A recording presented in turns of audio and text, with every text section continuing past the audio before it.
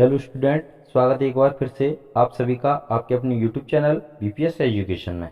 आज पढ़ेंगे 8th grade अभ्यास पुस्तिका क्लास 8 गणित अध्याय 11। नाम है इसका क्षेत्रमिति। क्षेत्रमिति पढ़ेंगे। इसमें सवाल नंबर 1 है। सवाल नंबर 1, ऐसे घन की भुजा ज्ञात कीजिए जिसका पृष्ठीय क्षेत्रफल 600 वर्ग सेंटीमीटर है। तो इसमें हल करेंगे। माना घन की एक भुजा की लंबाई a सेंटीमीटर है, इसका पृष्ठीय क्षेत्रफल 600 वर्ग सेंटीमीटर है। तो इसका पृष्ठीय क्षेत्रफल का सूत्र होता है 6a² बराबर 600। तो 6a निकालेंगे तो a² निकालेंगे तो 6 का e के साथ में गुणा हो रहा है तो इधर जाकर भाग हो जाएगा। जब 6 का इसमें भाग देंगे 600 में तो कितना आ जाएगा 100 आ जाएगा। जब e वर्ग निकालेंगे 100 का तो e वर्ग बराबर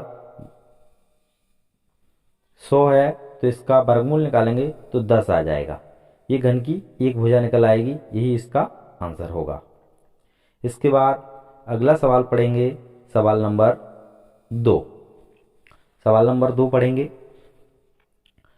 14 वर्ग सेंटीमीटर चौड़ाई वाले एक आयताकार कागज की चौड़ाई के अनुदेश मोड़कर 20 सेंटीमीटर त्रिज्या वाला एक बेलन बनाया जाता है।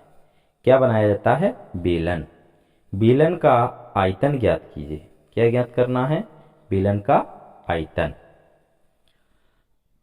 तो कागज की चौड़ाई को अनुदेश मोड़कर एक क्या है, बेलन का अपन को निर्माण करना है। तो इसकी चौड़ाई कितनी है? 14 सेंटीमीटर। तो बेलन की ऊंचाई कितनी हो जाएगी? 14 सेंटीमीटर हाइट, ठीक। और 20 सेंटीमीटर त्रिज्या हो जाएगी, तो 20 सेंटीमीटर इसकी त्रिज्या, ठीक। जब इसको अपन हल करेंगे आगे, बेलन की ऊंचाई बराबर लिखेंगे, इसकी हाइट कितनी है 14, तो 14 लिखेंगे। h बराबर 14 सेंटीमीटर। त्रिज्या कितनी है? r बराबर 20 सेंटीमीटर, तो r बराबर 20 सेंटीमीटर लिखेंगे। निकालना क्या है अपन को? बेलन का आयतन। ज्ञात क्या करना है अपन को? बेलन का आयतन। तो बेलन का आयतन का सूत्र लगा देंगे, v बराबर पाई r²h। ये बेलन के आयतन का सूत्र होता है। पाई का मान होता है 22/7। r कितना दिया है? 20, पर यहाँ ओस्कार है तो 2 बार लिख देंगे, 20 × 20। और हाइट h कितना है 14, तो यहाँ 14 × 14। जब इनका मल्टीप्लाई करेंगे तो 17,600 घन सेंटीमीटर, ये इसका उत्तर हो गया। इसके बाद अगला सवाल पढ़ेंगे अपन कि 5 सेंटीमीटर भुजा वाले घन का आयतन ज्ञात कीजिए। कितने? 5 सेंटीमीटर भुजा वाले घन का आयतन ज्ञात करना है। तो दिया है भुजा कितनी दी है? 5 सेंटीमीटर की। तो घन के आयतन का सूत्र लगा दो, भुजा का Q। भुजा का जब Q करेंगे, भुजा कितनी है?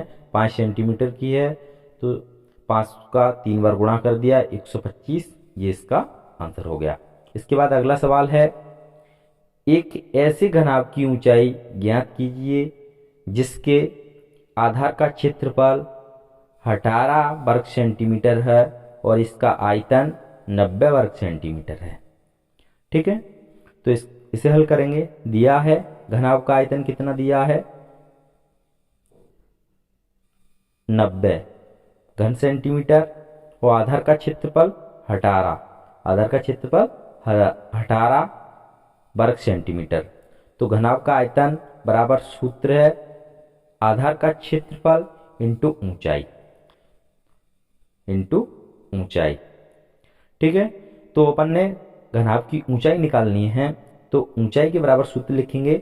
तो ये आधार का क्षेत्रफल है, इसका ऊंचाई के साथ में गुणा हो रहा है, तो इसका घनाभ के आयतन के साथ में क्या हो जाएगा? भाग हो जाएगा। इसी प्रकार अपन इस सूत्र को लिख लेते हैं कि घनाभ की ऊंचाई बराबर घन का आयतन बटे आधार का क्षेत्रफल। जब घन का आयतन कितना है 90 सेंटीमीटर घन सेंटीमीटर और आधार का क्षेत्रफल कितना है 18 वर्ग सेंटीमीटर, 90 बटे 18। जब 18 का भाग 90 में दिया जाता है तो कितना आएगा 5 सेंटीमीटर। घनाभ की ऊंचाई कितनी निकली 5 सेंटीमीटर। ये इसका आंसर होगा।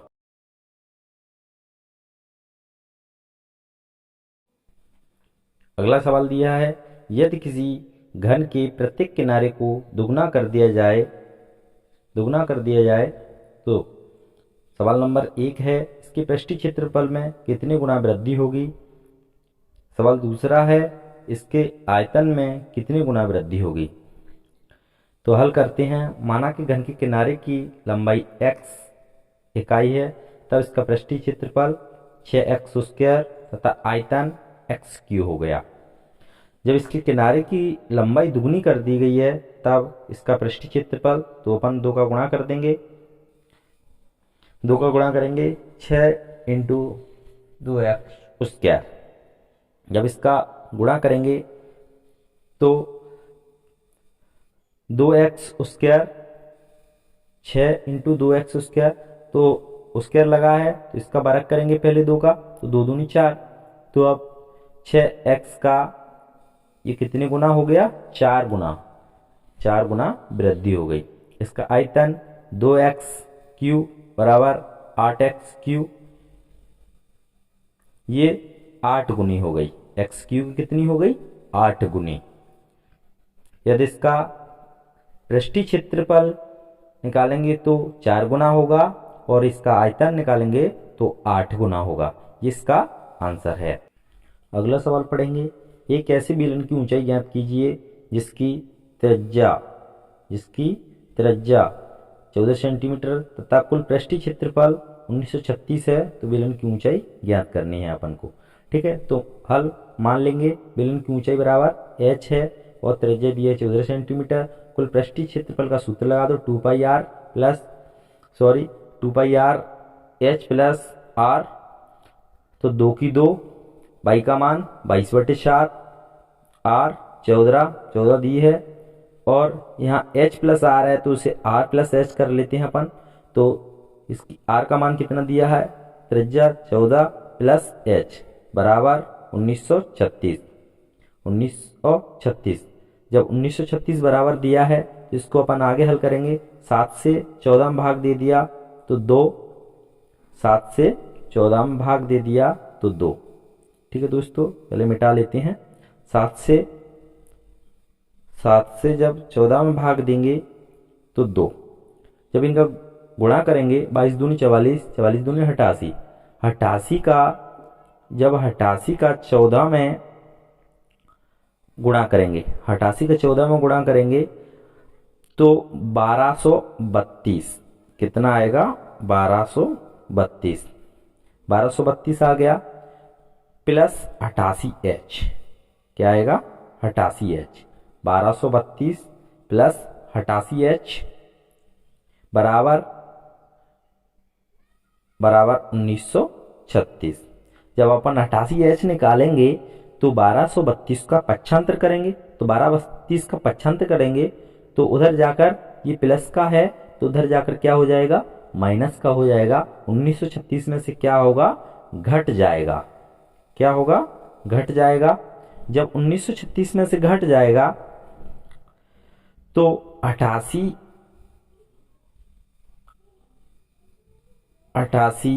h बराबर क्या बचेगा। जब 1936 में से 1236 घटेगा तो 88h बराबर 704।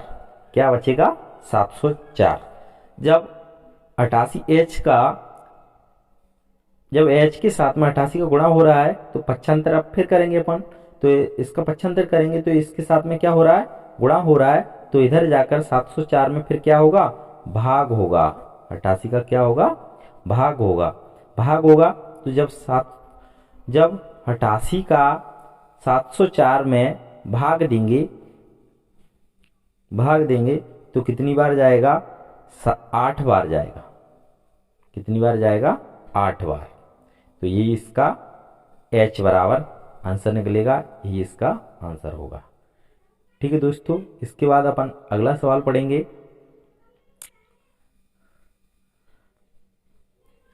एक मछली घर घनाभ के आकार का है। काय का है? घनाभ के आकार का। इसकी ब्रह्मा माप 17 सेंटीमीटर, 30 सेंटीमीटर तथा 50 सेंटीमीटर है। इसके तल पृष्ठभाग वाले फलक और पीछे वाले फलक की रंगीन कागज से ढकना है। आवश्यक कागज का क्षेत्रफल ज्ञात कीजिए। तो मछली की घर की लंबाई L बराबर 17 सेंटीमीटर दी है, चौड़ाई B बराबर 30 सेंटीमीटर और उसकी ऊंचाई हाइट H बराबर 50 सेंटीमीटर। तो आधार का क्षेत्रफल लगा दो। आधार का क्षेत्रफल का सूत्र लगा दिया, लंबाई गुणा चौड़ाई। लंबाई गुणा चौड़ाई, तो लंबाई कितनी है? 70, तो 70 गुणा 30, तो 2100 वर्ग सेंटीमीटर निकल आया। इसी प्रकार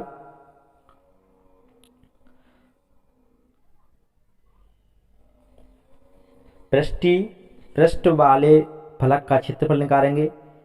वही लंबाई गुणा चौड़ाई, तो B इंटू H, तो 30 गुणा 50, तो 1500 वर्ग सेंटीमीटर निकला। इसे पीछे वाले फलक का क्षेत्रफल निकालेंगे। L गुणा H 70 गुणा 50, तो 3500 वर्ग सेंटीमीटर निकला।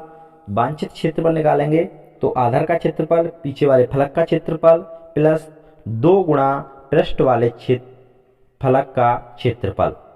तो आधार का क्षेत्रफल कितना आया? 2100, पीछे वाले फलक का क्षेत्रफल 3500 प्लस कोष्टक में 2 गुणा पृष्ठ वाले फलक का क्षेत्रफल आया 1500। जब इनका सबका मल्टीप्लाई किया तो 8600 वर्ग सेंटीमीटर। यही इसके रंगीन कागज का क्षेत्रफल होगा। यही इसका आंसर हो गया। ठीक है, इसके बाद अपन अगला सवाल पढ़ेंगे। एक घनाभ की विमाएं 60 सेंटीमीटर, 54 सेंटीमीटर और 30 सेंटीमीटर के हैं। तो घनाभ के अंदर 6 सेंटीमीटर भुजा वाला, कितने? 6 सेंटीमीटर भुजा वाला एक छोटा घन रखे जा सकते हैं। कितने छोटे घन रखे जा सकते हैं? 6 सेंटीमीटर की। ठीक है, ये निकालना है। तो अगला दिया है, कितना दिया था? L बराबर 60 सेंटीमीटर, B बराबर 54 सेंटीमीटर, H बराबर 30 सेंटीमीटर, प्रत्येक घन का किनारा। तो A बराबर घन का कितना दिया है? A बराबर 6 सेंटीमीटर। कितना दिया है? 6 सेंटीमीटर का घन दिया है। ठीक है, तो 6 सेंटीमीटर। तो घन के किनारे का आयतन A का क्यूब, तो 6 का क्यूब करेंगे। तो 6 का क्यूब किया तो 216 आ गया। तो ये निकला है अपने घन का आयतन। अब हम निकालेंगे घनाभ का आयतन। तो L गुणा H गुणा B गुणा H, ये घनाभ का आयतन का सूत्र होता है। सूत्र में तीनों मान रख दो। L बराबर 60, B बराबर 54, H बराबर 30।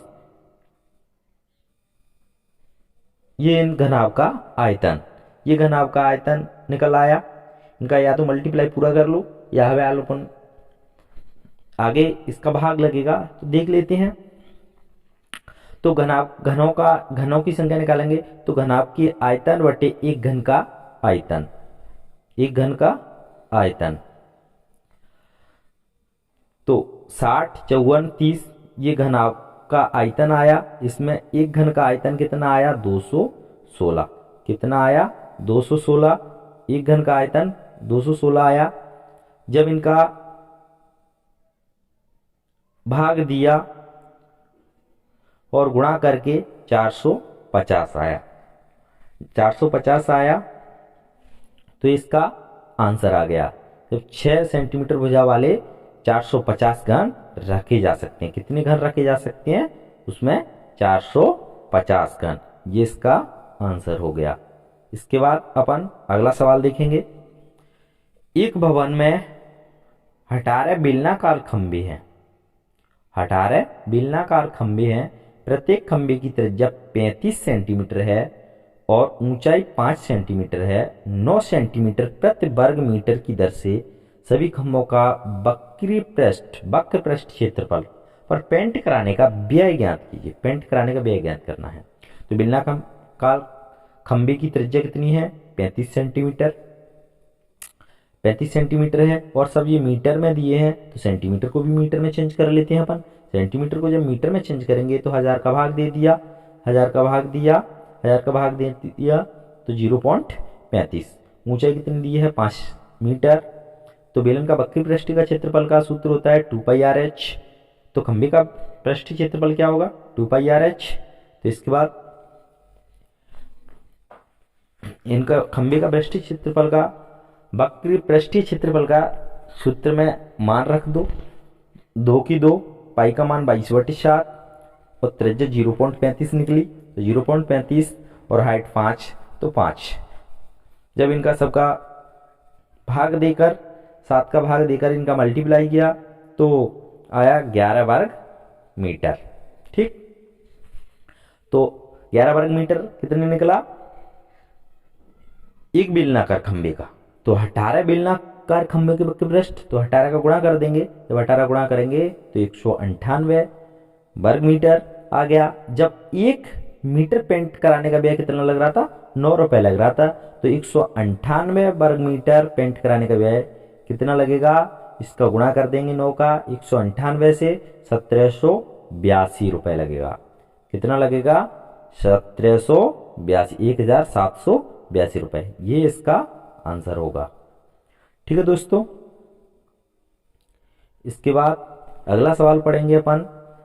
21 सेंटीमीटर चौड़ाई वाले एक आयताकार कागज की चौड़ाई के अनुदिश मोड़कर 30 सेंटीमीटर त्रिज्या वाले एक बेलन बनाया जाता है। बेलन का आयतन ज्ञात कीजिए। तो इसमें बेलन की ऊंचाई h बराबर 21 सेंटीमीटर ये दी है कागज की आयताकार की। तो त्रिज्या 30 सेंटीमीटर का एक बेलन बनाएंगे, तो ये 30 सेंटीमीटर। तो बेलन का आयतन भी बराबर सूत्र होता है πr²h। ये क्या होता है? बेलन का सूत्र। जब इस सूत्र में इनका मान रख देंगे अपन कि पाई का मान होता है 22/7, आर 30 है तो आर पे स्क्वायर लगा है, 12 है तो 2 बार लिख दिया 30 को, और h हाइट 21 दी है तो 21। जब इनका मल्टीप्लाई और भाग देकर इनको हल किया तो आया 59,400 घन सेंटीमीटर। बेलन का आयतन आ गया 59,400 घन सेंटीमीटर। ये इसका आंसर हो गया। ठीक है दोस्तों, यदि वीडियो पसंद आए तो वीडियो को शेयर करें, लाइक करें तथा चैनल पर नए हो तो चैनल को सब्सक्राइब जरूर करें। थैंक यू दोस्तों, अब मिलते हैं अपन अगली वीडियो में। तब तक के लिए थैंक्स।